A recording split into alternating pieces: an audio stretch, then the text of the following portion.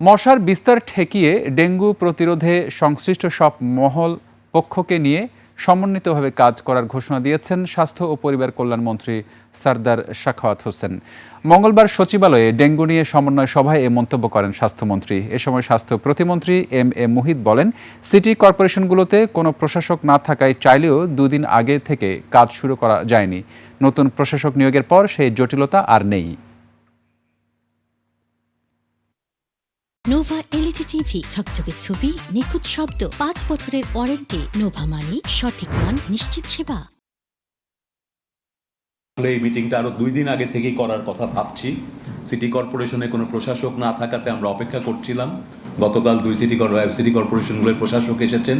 সুতরাং এখন আমরা আশা করছি যে দ্রুতই এই সমন্বয়ের কাজগুলো করে স্ব সেক্টরে সিটি কর্পোরেশন, স্বাস্থ্য মন্ত্রণালয়, মেডিকেল কলেজ, হাসপাতাল সমূহ আমরা সমন্বিতভাবে এই ডেঙ্গু নিয়ন্ত্রণ এবং প্রতিরোধের জন্য আজকের সভার পরে কাজ করব বলে আশা করছি। এখন তো লেট হয়ে গেছে, লেট হওয়ার কারণে আমরা তো পরে লেটে আসছি এই সিজনে। এখন আমরা সবাইকে ডাকছি, যদি কেউ বাদও পড়ে থাকে will involve them with our effort. যেমন আমরা সিটি কর্পোরেশনকে আজকে ডেকেছি।